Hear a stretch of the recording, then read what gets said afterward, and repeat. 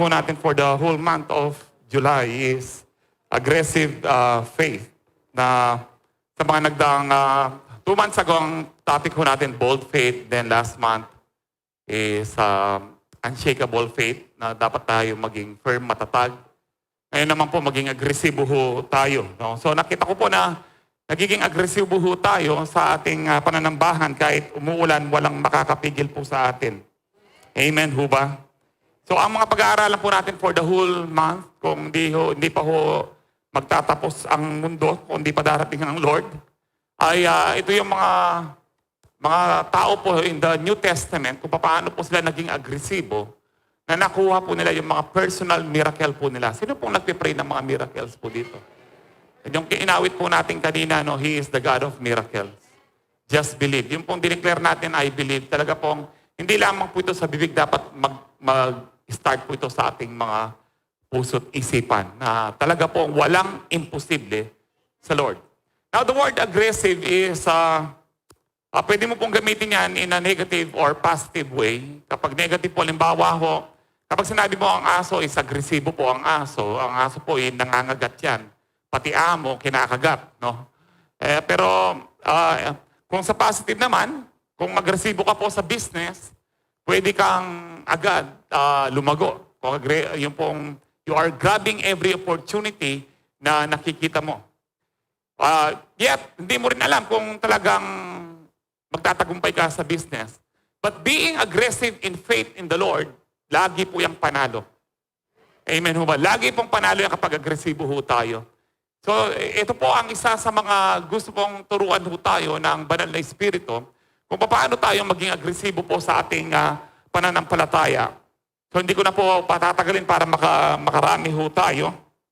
But anyway, bago pala ho yun, gusto ko pong talaga, grabe po si Lord sa mga property na binibigay niya ho sa atin. Katulad po, nakadalawang property ho tayo dito po sa Rizal, tsaka ho yung dito ngayon. Amen ho ba? Yung dito ho ngayon, baka po tinitignan nyo na bakit hindi kaya pa ipa-flatten ito or ano. Kasi po, kausap ko na po ang architect, pinapadesign na po natin yan. May pera ho tayo. Si Lord po, ngayon po wala, pinambili ho natin lahat ng lupa. Wala ho talaga, by faith ho talaga ang ano ho natin dyan. So patatayo po tayo ng mga siguro dyan, baka hindi na po magbababa ng 7-story building na magamit po ng school at saka ng church. Yung buong ilalim po is parking lot po siya. No, naka-elevator po yan. At sa second floor po is po siya, auditorium, pwedeng sanctuary. Kasi may plano po tayong i-extend po itong church hanggang doon. So habang i-extend po ito, kung di pa darating ang Lord, doon muna ho tayo nun. Nakita niyo ho ito? So nagiging agresibo ho tayo ngayon, kahit wala ho tayong nakikitang pera, but ang faith po natin, kahit hindi natin nakikita, tapos na po yan. Dahil sa Lord, walang imposible. Amen? So, pasensya na po kayo kung nagpa-park po kayo dyan at medyo hindi siya pantay-pantay kasi ayaw po natin gumastos kasi anytime this month or next month po, yan, tutuklapin po lahat yan. Mag-start na po ang foundation. No, nasan po ang pera? Si Lord po ang bahala dyan. At tayo pong gagamitin niya, pagpapalain niya po ang lahat ng mga taga-Calvary Temple. Amen? Palakpakan po natin ang Lord. So let us be aggressive po. At I just hope na talaga po ang bawat isa po sa atin, makita niyo po na ang kayamanan dito sa mundo walang kwenta sa Lord. Huwag niyo mo sabihin na, ba't sayang yung mga pera po yan. Alam niyo po yung binuhusan po ng Lord yung ni Mary Magdalene na po yan, yung pabango na worth 500,000 sa pera po natin. So, makita po niyo dito na sa Lord, wala ho talagang kwenta ho ang mga yan. We are being questioned kapag sa church, sa mga churches, gumagastos sila ng malaki. Pero kapag gumastos ang politiko, ang celebrity, na ang kanyang mansion is 100 million, gano'n, parang namamangha tayo, ay okay na gano'n. Pero kapag ang mga anak ng Diyos ang gumagastos ng gano'n, parang it's evil. Parang baliktad po. Parang baliktad po ang utak ng maraming tao. Kasi po sa langit, yung daan, ginto. Nung pinatayo po ni Solomon ang temple of the Lord at saka po yung palasyo po niya, aabot po ng $1 trillion, puro ginto. Sinabi ng Lord, sinumbatan ba niya Solomon, no? Nalugi ang kingdom ko sa iyo. Kung paano mo kilala ang Diyos, ganun mong mararanasan ang Lord. Kung kilala mo ang Diyos na parang dapat araw-araw sardinas ka lang. Ito nga ho, tanong ko sa marami sa atin, kung dapat tayo ay gumastos lang ng konti lang, tanong ko ho sa inyo, sa bahay po ninyo, magkano po yung pagkain nyo? 50 pesos lang, yung sardinas lang? Bakit kayo gumagastos ng ano? Kasi alam nyo, sa family nyo, they deserve better. Di ho ba? No, tanong ko po sa inyo, yung mga gamit po ninyo, iba siguro, branded. Bakit hindi na lang puro Fukuda lahat? No? Pati na lang puro, yung mga cellphone natin, branded, bakit di Fukuda lahat? And yet, questionin po natin, marami po, wala po sa Calvary Temple ito doon sa mga iba, baka na nakakapanood sila, no?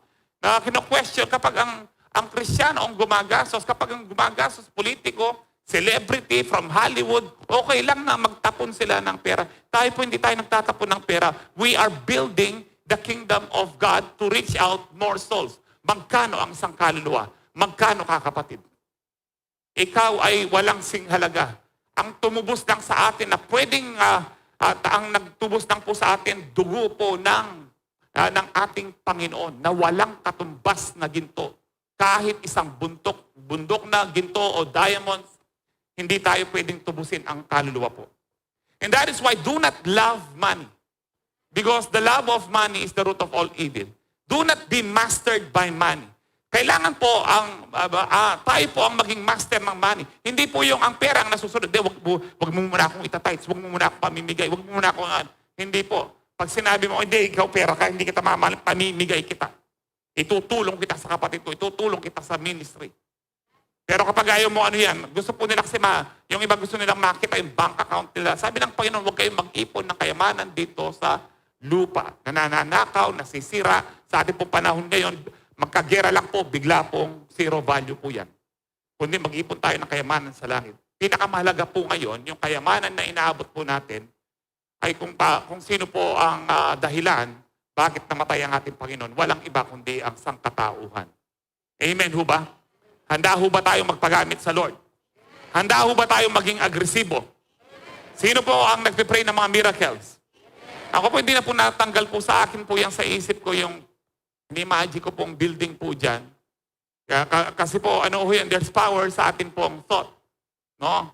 Yung there's power sa ating imagination because Ephesians 3:20, sabi po ng salita ng Diyos, God is able to do exceedingly, higit, abundantly, talagang mas mayabong pa, more than anything we could ask or what? Imagine or think. Kaya halimbawa, yung ini-imagine nyo po, pinagpipray nyo na bahay, mas maganda pa ang bibigay ng Lord dyan. Bakit po mabuti po ang Diyos? Kung gaano mo siya kakilala, kung paano mo siya pinapaniwalaan nyo na mararanasan. You remember the parable of the talents? So you think ganito ako? Mabagsik ako? Ganyan ako? Pati sa parable of minas, no, you wicked servant, ganito mo pala akong iniisip. I will judge you by the words of your mouth. Kung iniisip mo, ganyan ako, ganyan mo ako mararanasan. Alam niyo ho ba yun? I will do the very word I heard you say. Ang sabi ng Panginoon. I will do the very thing I heard you say. Amen ho ba? Kaya lagi rin po natin i-declare, I am blessed, I am a child of God, and I will be a blessing to all the people surrounding me. Amen. We will be a blessing. Calvary Temple Philippines will be a blessing in the whole Philippines. Not just in the whole Philippines, but the entire world. Naniniwala ho ba kayo? Because nothing is impossible. Kanina po nag-worship po tayo. You always declare that greater things are about to come. Kaninang worship po tayo, lagi ko sinasabi, Lord, greater things are about to come. Greater things are about to come. Greater things are about to come sa mga buhay po ninyo. To those who believe. Ngayon, if you don't believe, I don't think na meron pong mangyayaring greater things sa buhay po ninyo. Bitter things sa mga mangyayari po. You need to believe. Amen? We need to be aggressive po sa ating faith. Kapag sinabi ng Lord, sunod kagad. Amen? So ngayon po, pag-usapan natin, the first character natin pag-usapan is si Bartimaeus. Sino po nakakakilala kay Bartimaeus? Kilala niyo po si Bartimaeus na nung pong, I think 90s po, nung kinukwento po ni Bishop po ito na meron daw sa pastor, sabi niya, kinukwento niya yung natapat sa halaman ng Lord. Sabi niya, Bartimaeus, bumaba ka dyan. Kanya. Yung asawa niya, hindi si Bartimaeus yan, Zacchaeus. Narinig nung pastor. Dahil sinabi ng asawa, Bartimeus, tinuloy pa rin niya. Bumaba ka dyan, sabi ng asawa. Bumaba ka dyan, dapat dyan si Zacchaeus. Kanya. But anyway, si Bartimeus po, ito po yung bulag na hindi po natala talaga kanyang edad, pero I think nasa between 30s to late 30s po siya. Ang tagal na ho niyang bulag. No, pinanganak po siyang bulag. Dito po sa Mark 10:46-52. Sabi diyan, then they reached Jericho, and as Jesus and his disciples left town, a large crowd followed him.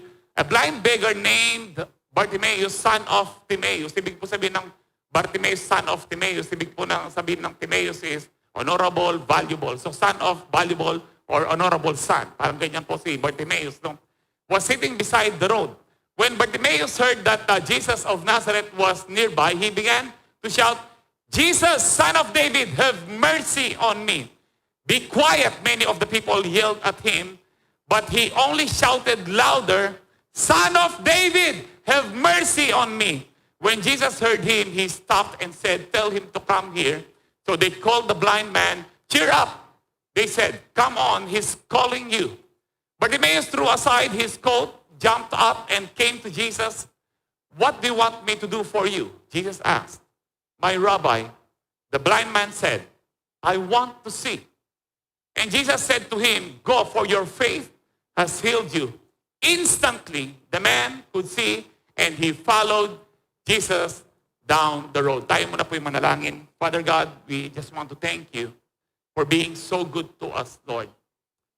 Lord, sa panahon po namin ngayon, papasok na po ang tag-ulan.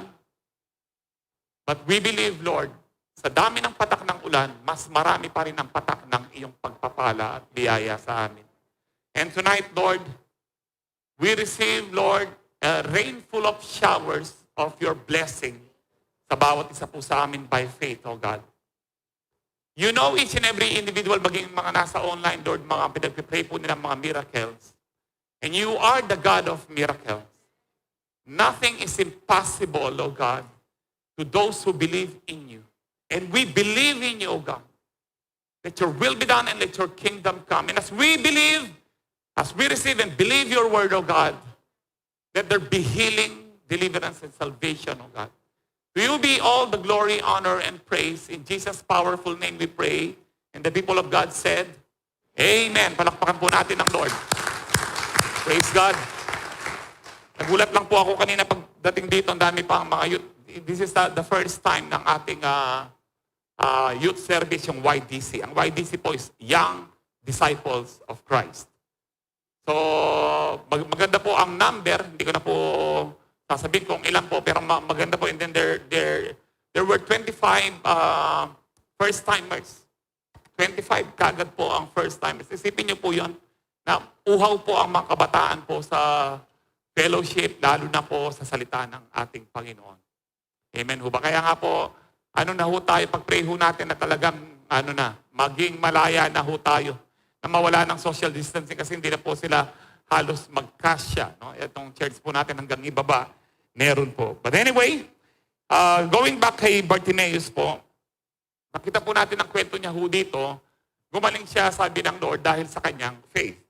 Now, what makes the faith of the blind man Bartimaeus so aggressive?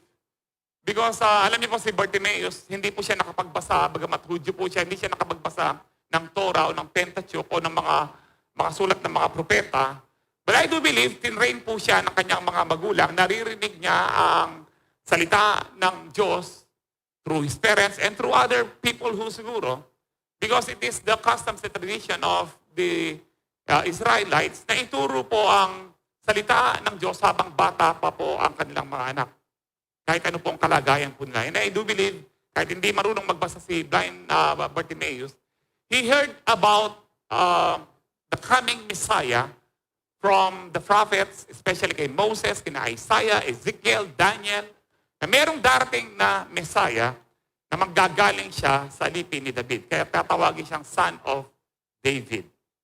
And every person in the Bible na pag tinawag siyang son of David, ini-express niya ang faith niya, I believe you are the chosen one. I believe you are the Messiah. I believe you are the Savior, the Holy One of God. Ito po yun. So, paano pong naging agresibo si blind Bartimaeus? Because number one, the blind man Bartimaeus, he prepared for the coming of Jesus.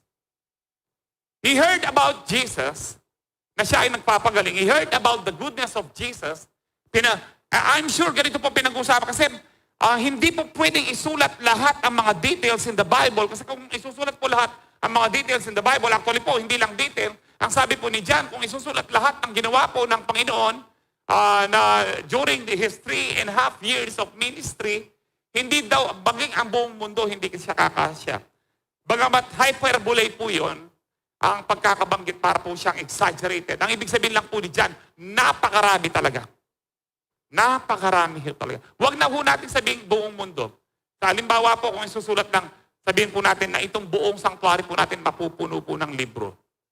Hindi na po buong mundo yan. Hindi po natin matatapos lahat ng ginawa ng ating Panginoon. And every word and every detail that is written now in the Bible are very important. Na kaya kailangan na po nating makita po ito na sa ating paningin po. Now, si blind man Bartimaeus, nag-prepare po siya. Ganito po yan. Narinig niya that Jesus is so good na nagpapagaling siya, hindi niya tinatanong yung tao kung anong kasalanan niya. Tayo po, ganyan tayo eh. Baka, kaya ka nagkasakit, ano bang ginawa mo? Ano bang kasalanan mo? Di ba ganyan tayo? Tapos sasabihin natin, hindi tayo judgmental. That is being judgmental actually. Si Lord hindi niya ginudge ang mga taong ito. He healed them all, ang sabi po niya. I do believe, marami po sa atin, nabasa na po natin ng Matthew, Mark, Luke, and John. Makikita niyo po dito, walang kinondem ang Panginoon dito, kundi yung mga Saduseo, Pariseo, at mga teachers of the law, tinatawag pong lawyer po ngayon, na mga hindi naniniwala po sa Kanya. Humihingi po ng sign, pero di binigyan ng Lord ng sign. Pero every individual na lumapit po sa ating Panginoon, hindi po niya rineject. Na kahit anong buhay po nila. Even si blind man, Bartimaeus. So narinig po diba, ay, eto na yon. Siya yung Messiah. So he prepared for the coming of Jesus. Paano po natin alam na nag-prepare po siya? Dito po sa, balikan po natin ang verse 47. Sabi po diyan, when Bartimaeus heard that Jesus of Nazareth was nearby, hindi, sabi po diyan, he began to shout. Now, Jesus, Son of David, have mercy on me. Now, he began to shout. Ibig sabihin po dito, hindi po niya tinanong, what is the commotion about? Ano yung ingay? Sino yan? Sinong Jesus? Hindi po siya nagtanong. Alam na niya, kilala na niya si Jesus na ito yung Messiah. Kaya ang sigaw niya, Jesus, Son of David, have mercy on me. Ibig sabihin po dito, kasi po si Lord, ilan lang po yung inulit niyang mga lugar na pinuntahan po niya muli. Nakatala po ito, ilan lang po. So at this, about this time, kung saan nagpapalimos po sa daan si Bartimaeus, nananalangin siya that one day, I will encounter Jesus. Have you encountered Jesus in your life? I do believe, tayo po lahat, kung meron po mga first-timers, this is the night na ini-encounter ka na ng Lord. And the greatest miracle sa iyo ay yung makilala mo siya na kahit anong mangyari, ikaw ay magkakaroon ng kaligtasan at hindi ka napupunta ng impyerno. That is the greatest miracle. Amen ba? Ganun pa man, gusto pa rin ng Lord na yung mga pinapanalangin po natin na mga kagalingan at mga resources, mga provision na kailangan po natin, nais pa rin ng Lord na i-provide po ito. Because sabi po niya, the thief comes to steal, kill, and destroy. John 10:10. But I have come that you may have what? Life and have it more what? Abundantly. So ang nanira po ng buhay po natin, diablo. Tandaan niyo po ito, hindi ang Diyos. Kung bakit kami problema, yes, maaaring inalaw po ng Lord, pero hindi po iaalaw ng Lord niya na hindi kanya binigyan ng kapangyarihan o ng lakas na upang magtagumpay. Dahil nais po ng Lord, James 1:12, sa bawat taong nagtatagumpay sa pagsubok at tukso ng buhay, gusto ng Lord na gantimpalaan po niya. He rewards those na talagang nag-persevere even under trials. But, ang naninira po ng buhay po natin, walang iba kundi ang diablo. Pero ang bilis po nating magalit sa Diyos eh. Pero nagalit na ba ho tayo sa diablo? Dapat po mas magalit tayo sa diablo. Dahil siya ang naninira sa buhay po natin. Every day, night and day, 24/7, sabi po ng Revelations 12:11 po ata yun yung the accuser of the brethren, si Satan, inakusan po tayo 24/7. No? Sinisira pang buhay natin 24/7. Na kaya nga po ito si Bartimaeus, alam niya na kung ito ang Messiah, kung ito ang pangako ng Diyos, ibig sabihin, mabuti ito. Mabuti siya. Hindi niya ako i-reject. Pinrepare po niya, at sa araw-araw po na nagdadaan, na umaasa that one day, na si Jesus may encounter ni Bartimaeus kung saan siya nakaupo. Sabi niya, pag dumating ang Lord, magsisisigaw ako.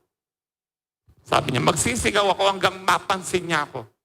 But every day he was thinking about the Messiah. Every day he was thinking about the Savior. And he began to fall in love. Na-in-love na ho ba kayo? Madali pong ma-in-love sa tao, no? Lalo na po kung binata ka o abnormal naman kung ikaw ay may asawa na, na-in-love ka pa sa iba at sasabihin mong bakit ngayon ka lang dumating. Hindi, naloloko ka lang yan.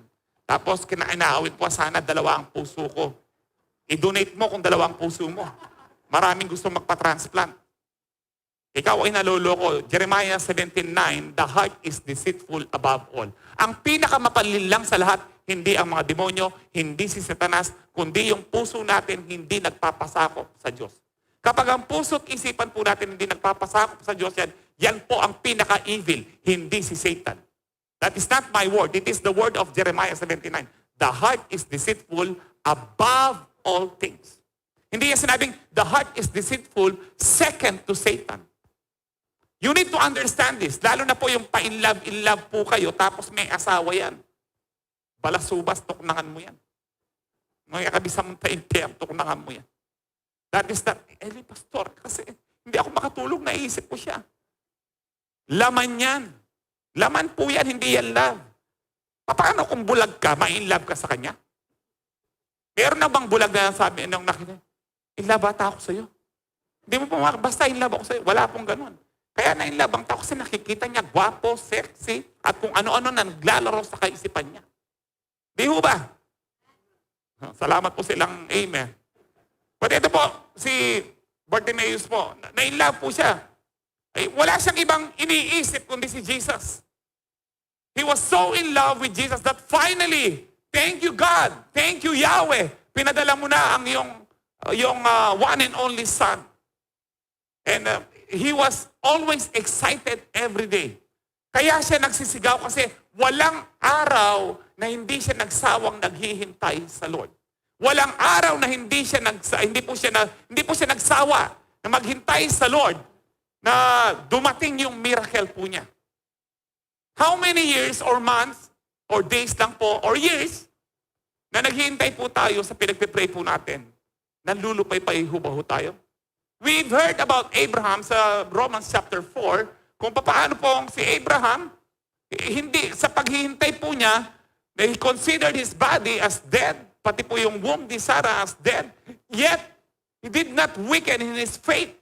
He grew stronger in his faith dahil alam niya that to God, all things are possible. Huwag po kayong mag-alala. Ako po kung hinto po ako, I do believe, no, ngayon po narinig niyo po ako, 14 and a half years na po ako nagda-dialysis. I have stronger faith now than before.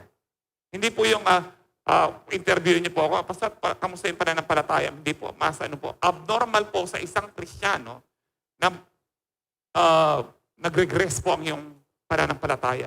Dahil ang tunay na pananampalataya po, buhay po yan at lumalago. Lumalago po yan. Halimbawa po, from first year being a Christian, second year, third year, kung 5 years ka ng Kristiyano, iba po yung nung unang taon na Kristiyano ka, ngayon na 5 taon ka ng Kristiyano. How much more kung 10 years, 20 years ka ng Kristiyano?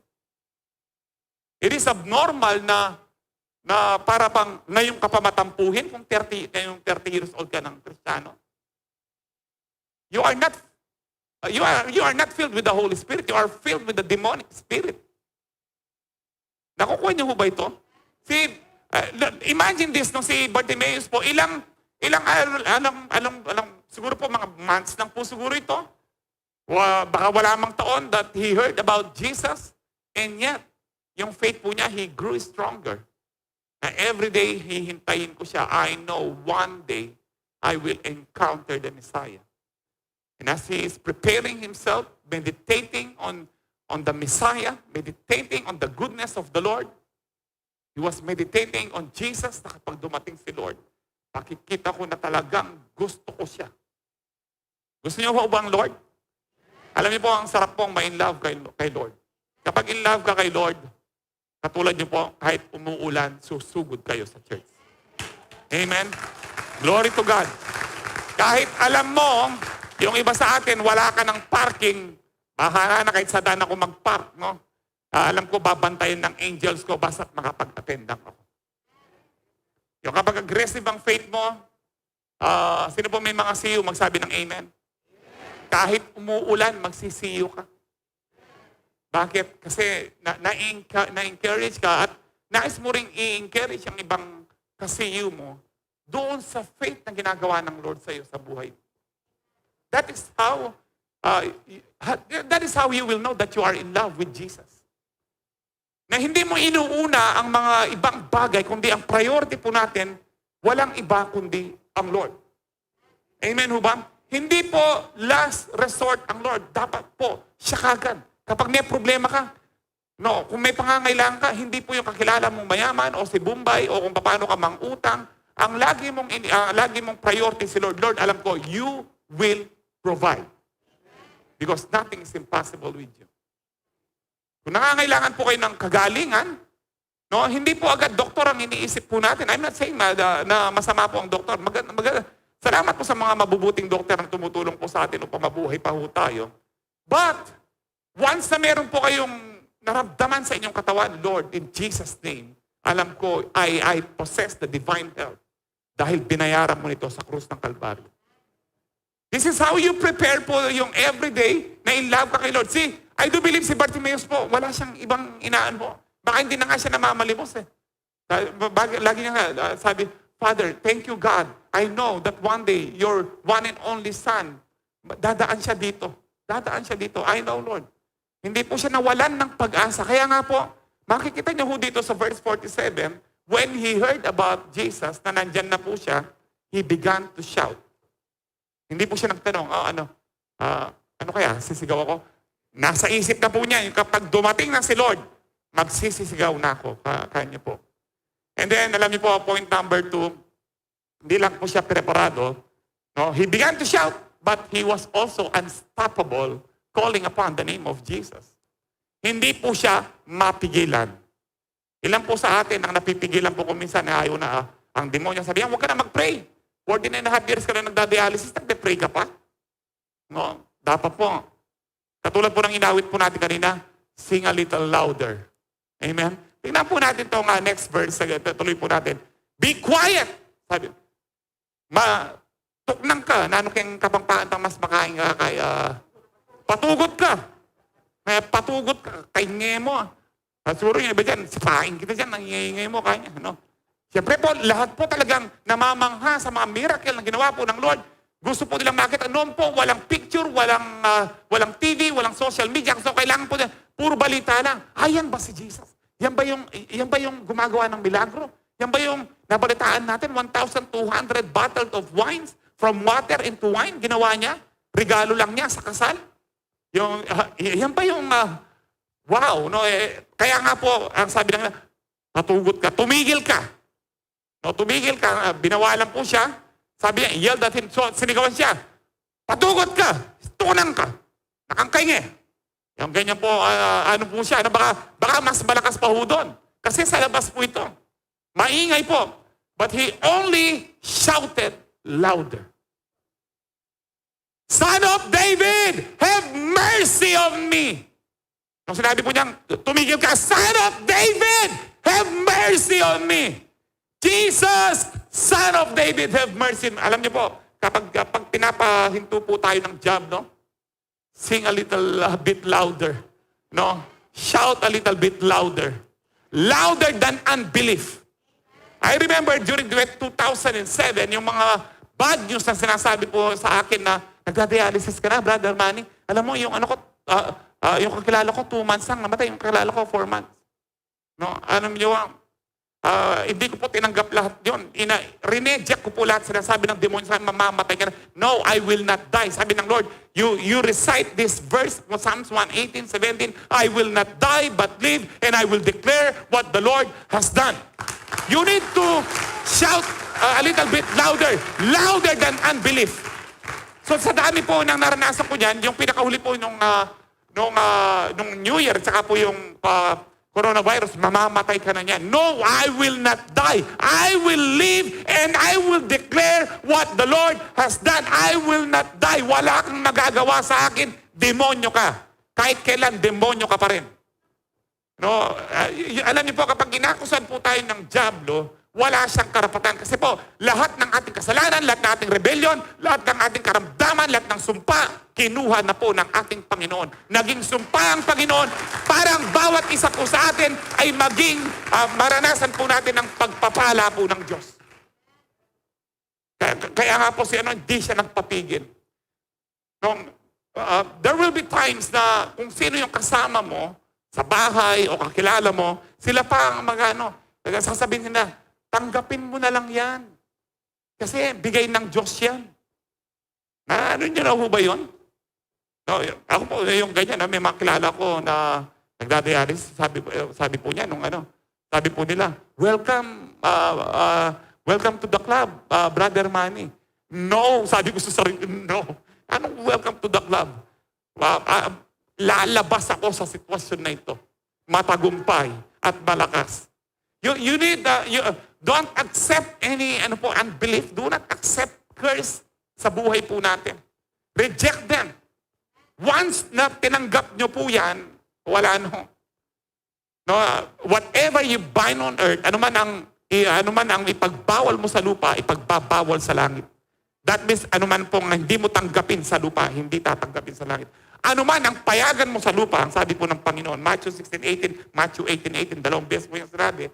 Ano man ang payagan mo sa lupa, papayagan sa langit. Kung pinapayagan mo na ganun ka na lang. Meron pong I think sa part po nito ng London o Europe po ito, na dahil po yung dalawang kambal po niya, I think kambal po sila, kung hindi po nagkakamali. Ano po ito kaibigan po ni Andrew Wommack, isa pong evangelist sa Amerika, na ang sabi po ng mga kaibigan niya, dahil special child po ang kanyang anak. Special child po yung mga, grabe ho talaga kuminsan, no? Yung sinabi ng ng mga kaibigan niya, tanggapin mo na lang yan. Yan ang ginawa ng Diyos sa Alam niyo po, nagalit po siya. No, I will not accept. This is not God's doing. Ang sabi po niya. To make the long story short po, nakuha po niya yung milagro. Lumaki po ang kanyang mga anak. Normal po. Kaya kung halimbawa may special child po kayo, hindi po ibig sabihin kalooban po. Bakit kalooban ng ama na pahirapan po yung bata? Na kung minsan po, pinupukpok ang ulo, kung ano pong pinaggagawa. Ito pong mother na po ito, hindi niya tinanggap.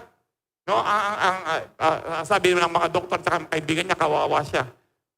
Para lang maging masaya ka, sabi niya, dapat tanggapin mo kung ano ang bigay ng Diyos sa'yo. Sabi niya, hindi ito bigay ng Diyos. Lalaban ako. Mga ilang buwan lang po, nag-normal ang kanyang mga anak. Lumaki na po ang kanyang mga anak ngayon, normal na hindi na po naging special child po. Bagamat tayo po yung special child ni Lord. Amen? Pero alam niyo, wag natin tanggapin. Nasa sa atin po kung tatanggapin po natin. Si Bartimaeus po, hindi po niya tinanggap na pabawal siya. Anong bawal-bawal? Jesus, Son of David, have mercy on me. Alam niyo po, kapag dinidiscourage po tayo ng sino man o lalo ng diablo, lalo po nating isigaw ang ating pananampalataya. No? Sing a little louder. Louder than what? Unbelief. Kung meron pong unbelief sa niyo ho, lalo niyo pong ibigkas po yung faith po ninyo. Si John G. Lake, meron po siyang sumunod po sa kanya, na pinag-aralan niya ang buhay niya. Si John G. Lake po, ito po yung mahawak po ng mga Ebola virus po noon. Siya po yung merong record na pinakamaraming miracles na healing evangelist ng Amerika, nagpunta po ng Africa. Para pong coronavirus po ito, pero yung pag hinawakan po niya yung virus, pinakita po sa microscope, nakikita po sa kamay niya, namamatay yung virus. Ganito po katindi yung presence ng Lord sa katawan po niya. Kasi sinasabi niya, if you only believe, every Christian merong ganyan. Nasa Romans 8:11 po yan na yung power that the power that resurrected Christ is the same power living in us. We need to believe that. No? We need to overcome our unbelief. Now, si Kerry Blake po, napag-aralan po niya yan. At ang dami po niyang, habang nasa ministry na po siya, minsan po nahulog po from second or third floor po yung mga 3-year-old na anak po niya. Namatayan na po siya ng anak. So ito yung pangalawa, sabi ng diablo nung binuhat po niya, bungi-bungi yung dugo, walang buhay yung anak po niya. Sabi ng diablo, ayan, pangalawang anak mo naman ang mamamatay kanya. Lalo po niya pinagsisigaw, no, she will live and not die. She will live and not die. Sabi niya, sumisigaw na daw siya, binabawal siya ng mga pamilya niya na sabi niya, if you cannot believe, leave me. Rinibig po niya. Parang si Lord. No, yung kay Jairus, mabating kayo nung ako maniwala. Makanya niya. Alam niyo po yung mga hindi naniniwala po, batingan niyo lang. No, kasi po, mahahawa po kayo sa unbelief po nila. And then, lagi po niyang inaano yung, she will live and not die. She will live and not die. She will live and not die. Alam niya, patay na, talagang wala na pong buhay. Kasi po, bata lang, mga 3 years old. Mahulog po sa, kahit second floor lang, I think third floor po yun. Talaga pong bungi-bungi po siya at daw. At finally po, siguro after mga ilang minuto po yun, umabot po ata ng halos 1 oras, nagising po yung bata. At paggising ng bata, humingi siya. Sabi niya, Daddy, I'm hungry. Habang wala po siyang ipipinakain po niya, bakit po? Ang dami pong unbelief sa niya, pati family po niya, na hindi na mabubuhay yan, patay na yan, tanggapin mo, na ganyan na lang. Parang yung kay Jairus, patay na yung anak mo, wag mo nang gabalain. Sabi ng Lord, do not fear, only believe. Do not fear, only believe. Kaya kung mayroon po mga unbelief na pumapasok po sa kaisipan po natin, kailangan po mas malakas yung ating pagsasalita, pagsigaw po natin na, no, I am not cursed, I am blessed. Hindi ako papayag na mamamatay itong aking mahal sa buhay. Hindi ko papayag na kami ay mabaon sa utang. Hindi ako papayag na manalo ang diablo sa problemang ito. Dahil ang sabi po ng salita ng Diyos, we are more than conquerors. And we give thanks to God who gives us victory through our Lord Jesus Christ. And that is why si Bartimaeus, I will not listen to your unbelief. Jesus, Son of David, have mercy on me. Lalo po siyang nagsisigaw. Lalo po nating isigaw ang ating pananampalataya. Every day na ginagambala po tayo ng diablo. Now, alam niyo po bakit siya po ay naging unstoppable? Dahil naniniwala talaga siya na si Jesus lang ang pag-asa niya. Kung naniniwala po ang bawat sa atin na si Jesus lang ang pag-asa po natin, bakit pa ho tayo hinto? Di ho ba? 14 and a half years po akong nagda-dialysis. Bakit po ako hinto ngayon? Kung kailan ko napatunayan na ang dami na pong ginawang milagro ng Diyos sa buhay ko at sa mga buhay ng bawat sa atin dito, sa buhay ng church po dito, ang dami na pong mga milagro na pinatunayan ng Lord na buhay po siya sa mga nananampalataya sa Kanya. Buhay po ang ating Panginoon. Kung ang aggressive faith po, nothing will stop you. No, nothing and no one stopped the faith, the aggressive faith of Bartimaeus. Hindi po siya nagpapigil. Hindi siya humingi ng tulong na, ba't di niyo ako tulungan? Hindi po siya nagtampo, pinabayaan lang niya. Hindi niyo ako tulungan. Kamukha niyo akong Hudyo, kapatid ko kayo, ba't di niyo ako tulungan? Ang tagal ko nang nandito, bakit ganyan kayo? Binabawal niyo pa ako. No, hindi po niya pinansin. Alam niyo po, kung walang tumutulong po sa inyo, no, kahit wala pong tutulong sa atin, basta't alam natin may relasyon tayo sa Lord. No, ito po yung ho natin. Kaya po nagsisigaw si Bartimaeus dahil alam niya, he was so sure that he will receive a miracle from the Lord. Ito po yung third point po natin. He was sure to receive from Jesus. Sino po sa inyo nananampalataya na anumang hilingin po natin, ayon po sa kalooban po ng ating Panginoon, ipagkakaloob po niya. Amen. Lahat po ng pangako ng Diyos kay Kristo is yes and what? Yes and amen. Sigurado, paano po natin paano ko po masasabi? Paano natin masasabi na nakatitiyak na si ano ho? This is faith. Faith is being sure of what we hope for and certain of what we do not see. No? It is the confidence na makakatanggap. Very confident si Bartimaeus na makakatanggap po siya. Tuloy po natin ang kwento. Sabi po dyan sa verse 49, when Jesus heard him, ito po, when Jesus heard him, hindi pwedeng hindi ka marinig ni Lord kung hindi ka titigil manalangin, kapatid. Hindi pwedeng hindi. Kahit maingay pa ang mga demonyo. Amen, ho ba? Sabi dyan, when Jesus heard him, he stopped and said, tell him to come here. So they called him, the blind man, cheer up. No, sabi dyan, they said, come on, he's calling you. Siguro sabi niya, o sige, magsaya na ka, house na ka, swelo mo, bungo na yan. Yung mga ganyan. Saya mo na ngayon, no, yan, tinatawagan ka na niya. Sige, tayo ka na. Now, ito po si Bartimaeus, verse 50. Bartimaeus threw aside his coat, jumped up, and came to Jesus. Tingnan niyo ho ito. Bakit po, sabi ko sa inyo, every detail in the Bible is very important. Bakit nakasulat po itong isang detail na ito, yung cloak po niya, or yung coat po niya, hinagis po niya. Remember po sa Law of Moses, kapag meron pong nang utang daw po at wala siyang maipamprenda, tinrenda niya yung cloak niya or coat niya, at the end of the day, kung wala pa rin siyang pambayad, dapat ibalik mo kasi yan lang ang tanging balaban niya sa gabi. Kailangan ibalik mo, sabi po ng Panginoon. So, pero si Bartimaeus hindi po niya dinala. Na hindi niya, pinakita po ito ng Holy Spirit, pinasulat po ng Holy Spirit po ito, para makita natin na ang pananampalataya po ni Bartimaeus, sinasabi niya, goodbye old life. Goodbye old life. Makakakita na ako ngayon. No? I will receive my miracle today. Sino pong naniniwala that we're going to receive our miracle tonight? In Jesus' mighty name. In Jesus' mighty name. In Jesus' mighty name, receive your healing. Tinapon po niya. Hindi niya sabing pakihawak. No? Mamaya, kung di ako gumaling, pakibalik mo na lang. Hindi po niya ginawa po yun. Pero tayo, may mga contingency plan tayo. Kung pag hindi ako gumaling, kanya, pupunta ako kay ganito. Magpapatawas ako, tapos pupunta ako ng ganyan. Magpupunas ako kay Nazareno. Ang dami po nating plano. Pag hindi ako gumaling sa pag-pray, ganyan. Pupunta ko itong mga, wala namang mawawala. Sabi ng Diablo sa'yo, walang mawawala. Akala mo lang, walang mawawala. Akala mo, wala. Pero meron. No? Alin po yun? Yung pananampalataya mo, nawawala. Kasi yung faith mo, nandun na sa kulto, hindi na kay Jesus. Pero tinapon po niya ang kanyang coat, which is very, very important po sa kanya sa tag-init ng araw during the day at saka po yung lamig sa gabi. Very important po kay Bartimaeus po yung coat po niya.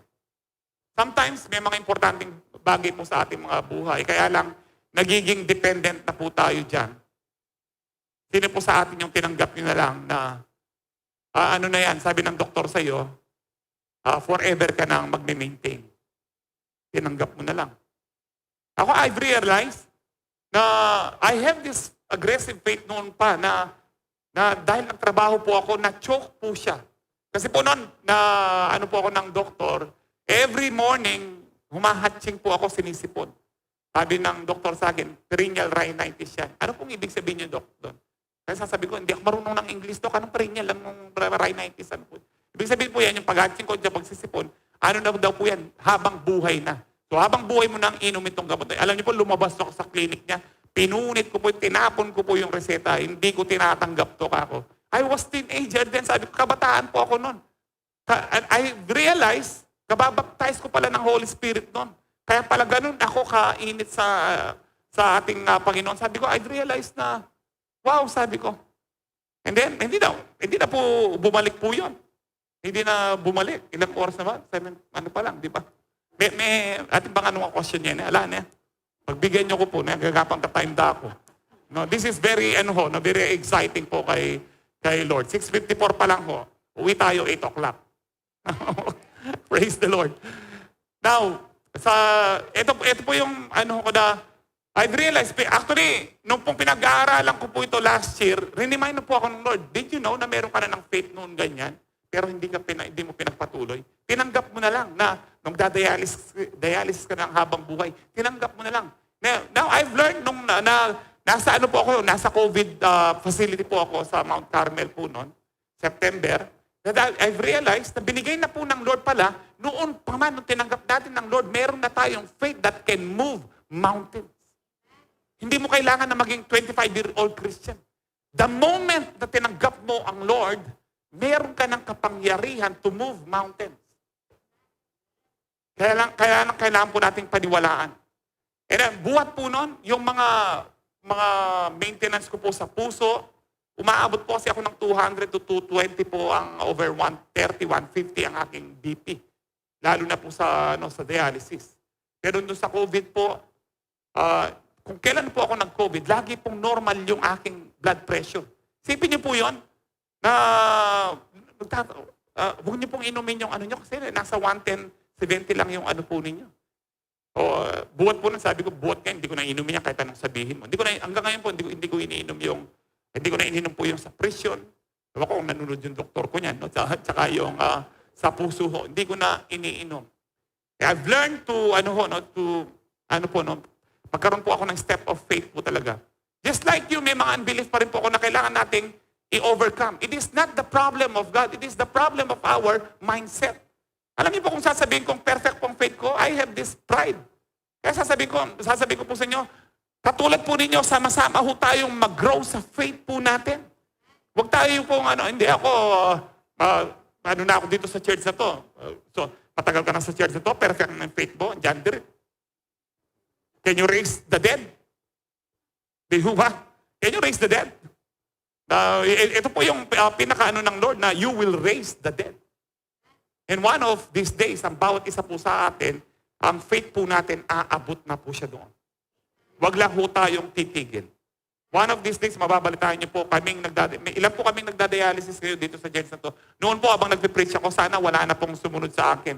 And then, after a year, meron na, ganun ho. Alam niyo po, I do believe, one of these days, lahat ng may mga karamdaman, pinagaling na ho tayo ng Lord. Magte-testimony tayo. Ito pa rin po ang sinasabi po ng Lord sa akin kanina. Remember, sabi ng Lord, bakit greater things are about to happen? Sabi ng Lord, because greater works you will do than what I've done. Greater works ang gagawin po natin sa mga ginawa po ng Lord. Do you believe? Yun po ang word ng Lord. Mas higit pa ang gagawin nyo kesa sa ginawa ko. Hindi tayo makapaniwala. Pero sinabi ni Jesus na, we need to believe na greater works ang mangyayari po. Yung pong pinagpipray natin 100,000 souls here in Angeles City, wala pong imposible dyan. Basta lahat po tayo, meron po tayong bold, unshakable, firm, and ngayon po is aggressive faith. Magpatuloy po tayo sa Lord. Katulad po ni Bartimaeus, no? Hindi po niya inano. Wala na ito. Kaya nga po yung huwag niyong tanggapin na forever na kayong merong maintenance. Huwag niyo pong tanggapin na forever ka nang mag-i-insulin. Pero huwag ka nang matakaw sa chocolate na tinatago mo pa. Makakilala kong diabetic, ganyan daw po ugali nila. Na ipamimigay nila lahat. Mga sardinas, mga delata, pero yung chocolate, Cadbury, Toblerone, no? Pati Chocobot na local, tinatago niya. No, chocolate. Tinatago niya. Nung ating pang inuyat, pati tang inuyat. Uso pa ba yung inuyat ngayon? Alam niyo ba yung inuyat? Tatago niya yan eh. Kaya ka nagkakasakit dahil dun sa pagiging sakim mo. Yun po yung ano ho doon. No. Alam niyo po, sisingit ko lang ho ito, no? More than 2 weeks ago na itinuro ko po sa mga pastors and elders the importance of fasting. At I've shown the verses from Old Testament to New Testament na hanggang New Testament, read the book of Acts, nagpa-fasting po sila. Alam niyo po, first of all, ang fasting po, inaano po niya ito na nangunguna ang spirit. Walk in the spirit so that you will not gratify the sinful flesh. Now, how do you walk in the spirit? Aside sa praise and worship, prayer, meditating on the Word of God, kasama po ang fasting. Sabi po ni Paul, may mga tao na ang Diyos nila ay yung bituka nila. Kapag ikaw ay matakaw, ang Diyos mo bituka mo. No? Kung ano message nyo po ako, ipasa ko po yung verse sa inyo kung saan po. Nasa New Testament po yan. Yung matatakaw, their God is their stomach. Sabi po niyang ganun. Alang mag-amen, ha? Alang mag-amen. Kapag busog ka na, tama na. Amen. Hindi, sayang, libre. Lalo na yung mga eat all you can, no? Samgyupsal. Di ba? Order. Kaya ka pa yan. Laklak. Alam mo, may kapatid ho tayo dyan. No, nasa langit na po siya, si Brother Sani. Sabihan ko na kayo. Siya mismo kinonfess niya. No, bago po siya mamatay. No, ayun po, maano po yun, mabunga nga po yun. Lalo niya ako rin-review. Pastor nga, naano pa mong gagawan mong, buri mo pa, white t-shirt kang New Year, wala na ako bang white, ha? Salida ka kuya. Binilan ko po siya, branded pa, binilan po siya. Ngayon pala, last na lang niya, susuot yung puting yon. Nasa likod po siya na, agad siyang umalis, tinext niya ako. Masama ang pakiramdam ko, Pastor. Ngayon pala, last day na lang ho niya yun, na ma-hospital siya. Pupunta na siya ng hospital. Pero yung huling text sa amin ni na Pastor John na ang katakawan ay sa demonyo kanya. Bakit po? Kasi yung smorgasbord po niya, naniya kasita, yung Marisol, ang steak. Mayroon steak. Meteya. Ngayon, kung gusto niyo na makita kagad ang Lord, sige. Maliligtas naman kayo sa katakawan niya because it is by faith Pero gusto niyo ng healthy at humaba ang buhay po ninyo, kumata ko. No? Tapos ngayon, kung nakasakit po tayo, huwag niyong tanggapin na forever tayong ganyan. Huwag mo tanggapin, hindi ko kasi mapigilan. Hindi ko mapigilan na itago yung choknat. No? Hindi mo. Bagong nilalang ka na, mapipigilan mo yan. Mag-fasting ka. Kapag nagpa-fasting ka, kapatid, no, malakas ang spirito mo. Kaya si Lord, bago siya nag-ministry, nag-fasting siya ng 40 days and 40 nights. Gusto po natin yung malakas ang spirito po natin, ang pananampalataya po natin. I-practice po natin kahit 1 meal a day lang. Tapos maging 2 meals or 1 day na ano. Maano niyo po na, kasi po sabi po na out of your belly comes a river of life. Ibig sabihin po, ang spirito po natin nandito. Kaya nga po kapag nakakapingan ang spirito mo, masakal yan. Baka na, the spirit is willing but the flesh is weak. Amen. O, miras sa akin. Amen. But anyway, going back to sa ano lang po yun. Singit ko lang po yun. Very important po sa atin. You need to practice fasting kung gusto niyo pong matagumpay sa araw-araw. Ako po ngayon, wala na ako. Dati po, very conscious po ako sa aking gamot. Nakakalimutan ko, babalik ako ng bahay na ano. Kagabi, kina Brother Alan kami, nakalimutan ko yung gamot ko. Pero wala pa rin akong pakialam. Kinain ko pa rin yung hipon na ganun kalaki po ni Brother Alan na ano. Hindi ko na po inaano ngayon. Alam ko, si Lord na po. Malagad mo naman. Once a year mo itan bro. Nakakain. Eta na yung masasalikot Eta na mamanya likot chocolate. Kaya nga po, huwag niyo pong tanggapin. Hindi ko na tinatanggap ang dating buhay ko nito. Anong maintenance? Inugsene pong Bartimeus itang kayang-kaya. Today, I will receive my miracle in Jesus' name. Ito po yung ginawa niya. Alam niyo po, ang nakakamangha pa dito, sabi ni Lord, what do you want me to do for you? Lord? Mo ba follow? Mo ba kakip? Hindi ba obvious? Ganito ba sumagot si Lord? Kung minsan ganyan ho tayo Lord, hindi mo ba naintindihan yung nararamdaman ko? Ang sakit-sakit na po na nararamdaman mo. Kung kailan kami naglingkod, no, sumama pa kami sa mga misyon. Ang tagal na namin Kristyano. Mo kayo nabahantin dyan, Lord, kapag ganyan ang ugali mo, hindi mo talaga kakilala ang Lord.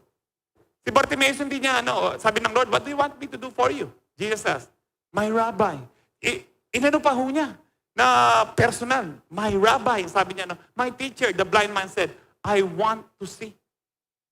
Ganun lang kasimple Alam niyo po, kung kaugali natin siguro si Bartimeus, yung iba sa atin, sasabihin niya, Lord. Hindi ba obvious? Kailangan ko ng pera. Ganun ba? Kung minsan tayo po nagiging pilosopo at parang sinusumbat natin si Lord. Lord, nag-fasting na ako. Alam niyo po, kapag mag-fasting na, huwag natin ipagmalaki sa Lord. Lord, sumasama na ako sa mission team. Lord, meron na akong umpukan. Ang dami ko na nga umpukan Bawat kanto namin, binilagyan ko na ng umpukan Umpuk-umpuk na, parang mga pupurin. Umpuk-umpuk Bakit ganyan, Lord? No, kung meron ka lang pangangailangan, sabihin mo lang kay Lord, Lord, let your request be made known to God. Philippians 4:6. Do not be anxious, do not worry about anything, but in everything, by prayer and petition, with what? With thanksgiving. Si ano po dito may pasalamat na, my rabbi, I want to see. With thanksgiving, ibig sabihin po, dapat po may respeto kang humihingi sa Lord. Hindi yung sinusumbat mo, ang tagal ko ng Kristiyano, Lord, umuulan, kahit umuulan, bumabagyo, hindi ako nag-a-absent, pero ito lang inihiling ko, Lord, lumala pang mga... Bakit si Lord ba may kasalanan yan? Lumala pa yung sitwasyon ko, Panginoon. Ang taas na, nasa 500 na ang sugar ko ngayon. Alam niyo po kung marinig mo si Lord, sasabihin niya sa'yo, yan, katakawan mo, puro ka choknat. Choknat sabi, tapos, balo ko si chocobot eh. Kaya minsan bukla, oretang mga, atin yung ulad ako. Ay, so, baka po mahal ba yung Mickey Bandin eh. Pero totoo po yun, may mga uod ko minsan na ano. Ito yung ulad ka ako. Well, anyway, so do not be anxious. Ibigay po natin, Lord, I want to see. Because of the preparation na ginawa po ni Bartimaeus, and he was so unstoppable, wala pong kahit sinong nakapagpigil po sa kanya. Kahit hindi po siya nakakakita. Isipin niyo ito, hindi siya nakakakita. Hindi siya nawalan ng pag-asa na one day, makakakita ko, gagaling ako. One day, gagaling ako. And that is why he was so sure. Because he believed in the Messiah. He was so sure na makakatanggap siya. No? Kaya nga po, ano pong nangyari? Ibinigay po ng Lord. No? Ibinigay po ng Lord. I want to see. Ang sabi niya ho dito. So last point po natin, he honored the Lord. Alam po natin, nakakita si, natanggap po niya ang milagro po niya. Alam po natin ito. But marami po sa atin, nakakatanggap po kayo ng answered prayers, and yet, wala tayong pasasalamat sa Lord. Siguro nagpasalamat ka sa bibig mo, pero bumalik ka sa dating buhay mo. Daig mo pa ang baboy, sabi ko. Daig mo pa ang aso. Na bumalik sa dating suka. Na ang baboy na pinaliguan, bumalik sa putik. Ang tunay po nagpapasalamat, hindi lang po sa bibig. Ang tunay po nagpapasalamat sa Lord, sumusunod ka sa Lord na may pagbabago ng buhay. Ito po ang ginawa ni Bartimaeus. He followed Jesus. No? Sabi diyan, and Jesus said to him, go. Ganun lang po kasimple. Your faith has healed you. Isipin niyo po, ang Lord, iba-iba po ang style po niya kung paano siya magpagaling. Meron po yung dumura po siya ng putik, nilagay sa, alam niyo, no? Iba-iba po yung meron po yung dinuraan po niya. Iba po yung pero dito sabi lang ng Lord, go. But should we question the Lord? Bakit iba-iba ang niya? No. Ang importante lang, maging masunurin tayo sa pinapagawa ng Panginoon. Sabi niya, go, your faith has healed you. Instantly, the man could see and he followed Jesus down the road. At bakit nandito po yung detail na ito na he followed Jesus down the road? Bakit? Alam ko, kung halimbawa kung 40 years old po si Bartimaeus po dito, dapat po ang inuna niya, ay gusto ko makita ang aking pamilya. Ang aking nanay, ang aking mga kapatid. Gusto ko makita ang bundok. Gusto ko makita ang temple. Gusto ko makita ang dagat. Pero alam niyo po, hindi po inisip ni Bartimaeus ang mga makamundong mga bagay. Ang inisip niya kagad, I will follow Jesus because I want to thank Him for the new life na binigay niya sa akin. If we are truly grateful with the life na binigay po sa atin ng Panginoon, susunod ho tayo. Hindi po natin uunahin yung pasyal-pasyal, birthday. Uunahin po natin ang gawain po ng Panginoon. Imagine, kung kayo po ang bulag, ano po unahin nyo? Kung matagal na kayo hindi nakakakita, anong uunahin nyo pong gusto nyong tignan? Baka pamilya, di ba? Pero siya hindi po. Sabi niya, instantly the man could see and he followed Jesus down the road. Ganito po siya magpasalamat. Now, habang sumusunod po siya, no? Gusto ko muna basahin yung sa Psalms. Kasi sa Psalms po, sabi diyan, give thanks, no? Psalms 105:1. Give thanks to the Lord and proclaim the greatness. Let the whole world know what He has done. Kung nagpapasalamat ka sa Lord, let the whole world know. Ang lahat na nasa paligid mo, ipaalam mo. Alam niyo po, habang sumusunod po si Bartimaeus kay Lord, maraming tao po niya, no? Sinasabi niya sa mga katabi niya, Uy, alam niyo, ako yung nagpapalimos doon sa tulay. Ako yung hindi nakakakita. Pinagaling niya ako, napakabuti niya. He is the son of David, the Messiah, the chosen one, the Holy One of God. Pinoproclaim po niya ang goodness. Kasi po, ito, nakasulat po ito. I do believe, Baka narinig din po ni, ang verse nito ni Bartimaeus. Kung paano tayo magpasalamat, how we give thanks to God, and proclaim His greatness, sabi diyan, let the whole world know. Nagte-testimony po siya habang sumusunod siya kay Lord. Mabuti siya. Pinagaling niya ako. Dati akong bulag. Sino po sa atin na pinagmalaki na po kung anong ginawa na ng Lord sa atin? Sa ating buhay, wala tayong dapat ibang ipagmalaki kundi yung ginagawa ng Diyos sa ating buhay.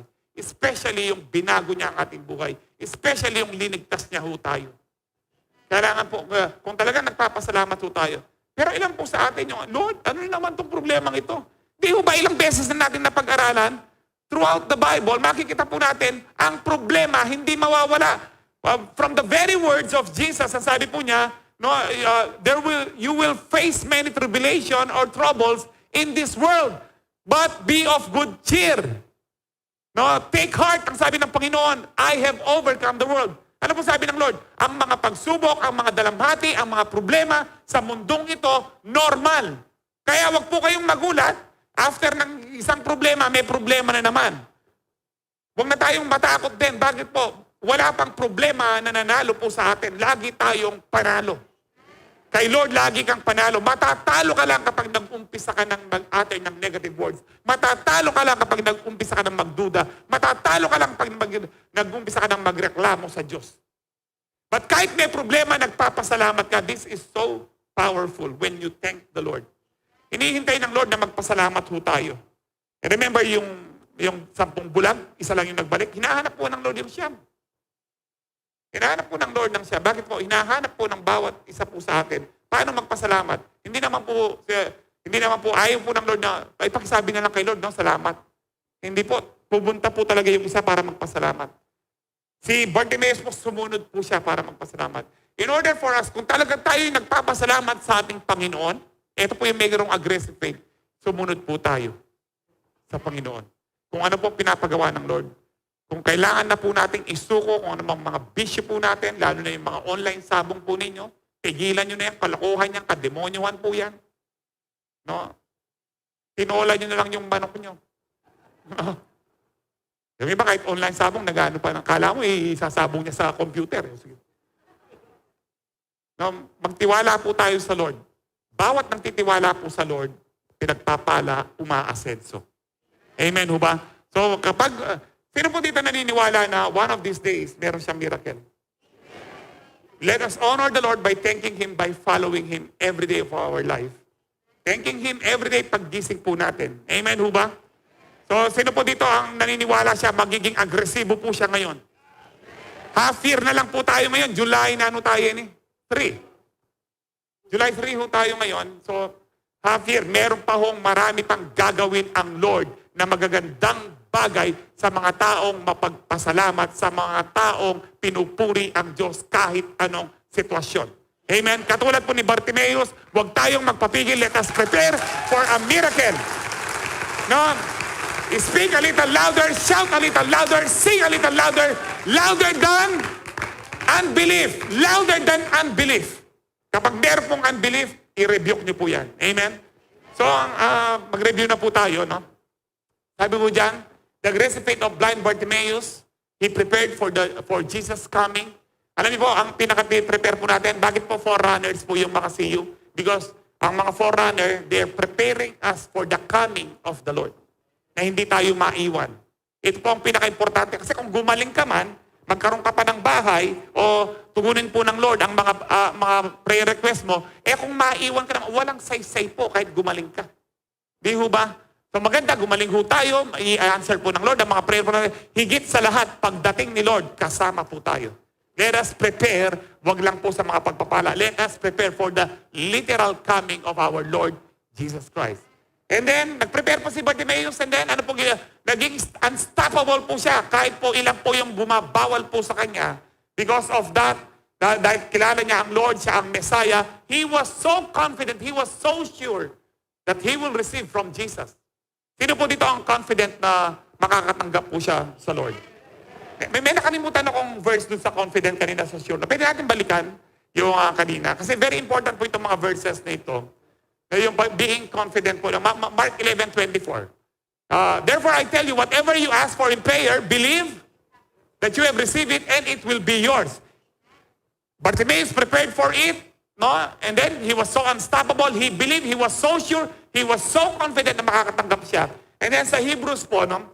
Dito po sa Hebrews, sabi po niya, Hebrews 4:15, kasi kung minsan, ay, sino ba ako para tumanggap ako? Dati akong ganitong buhay, masama ako. Alam niyo po, kung pinagsisihan mo na yan, hindi po yan tinitignan ng Lord. Ang tinitignan po niya yung puso po nating nagpapakumbaba, na gusto po nating magpabago sa Lord. Na, sabi po dyan, for we do not have a high priest who is unable to empathize with our weaknesses. Nalalaman po ng Diyos ang ating mga kahinaan. Sabi, but we have one who has been tempted in every way, just as we are yet in the sin. Ano po ibig sabihin ng verse 15 na yan? Alam ng Diyos ang ating mga kahinaan. Wala tayong pwedeng itago. Alam po ng Diyos kung ano po yung addict tayo sa chocolate. Sa choknat. Alam po ng Lord kung ano po yung mga kahinaan po natin. Huwag tayong lalapit sa Lord na hindi, pag lumapit ako sa Lord, dapat nag-fasting na ako. Maganda po yun. Pag lumapit ako sa Lord, gumawa na ako ng... Hindi po natin pwedeng ipagmalaki yung mabuting gawa natin. Ang mabuting gawa po natin, yan ay bunga ng Holy Spirit. Bunga po ng grace na nasa atin. Hindi ho tayo ang kumikilos, si Lord po yun. Kaya hindi natin dapat pagmalakihan. What is our confidence? Our confidence, dahil si Jesus, mabuti siya. That is our confidence. Look at this verse 16. Sabi niya, let us then approach, dahil mabuti ang Lord, naunawaan niya tayo, let us then approach God's throne of grace with what? With confidence. Kaya nung lumapit si Bartimaeus, Lord, I want to see. He was so confident. Hindi niya sinabi, Lord, nahiya ako eh. Marina ka pa, bulag na ka man. Nahiya ako. Hindi, Lord, I want to see. Be confident. Hindi ho tayo confident dahil po sa mabuting gawa natin. Confident tayo dahil alam natin, mabuti ang Diyos at tutuwinin ng Lord ang ating pangangailangan. We need to be, kaya sabi diyan, let us then approach God's throne of grace with confidence so that we may receive mercy and find grace to help us in our time of need. We can only receive mercy and find grace if if we put our confidence not on ourselves, not on our works, but we put our confidence on the goodness of God. Amen. God is good. All my life you have been faithful. All my life you have been so good. Do you believe that song? That all our lives talaga napaka-buti po ng ating Panginoon. Eh alam niyo po, I am so sure, I am so confident na ibibigay po ng Lord ang mga pinagpipray po ninyo. And that is why huwag niyo po kalimutan yung last point. We need to honor the Lord just like Bartimaeus. Honoring Him by thanking Him and following Him every day. Amen? Ano pong word natin? Push. Ano po ang push natin kapag push online or push gathering? Ano ibig sabihin ng push? Pray until something happens. He shouted until something happens. He shouted louder until something happens. You need to pray until something happens. Is that biblical? Of course. Lagi ko pong sinasabi ito. Luke 18:1. Ano po ang Luke 18:1? One day Jesus told His disciples a story to show that they should always pray. Always pray and never give up. I've been praying 14 and a half years. Should I give up now? No, never. I will grow stronger in faith. And one day, we will raise the dead. In Jesus' name. Amen, ho ba?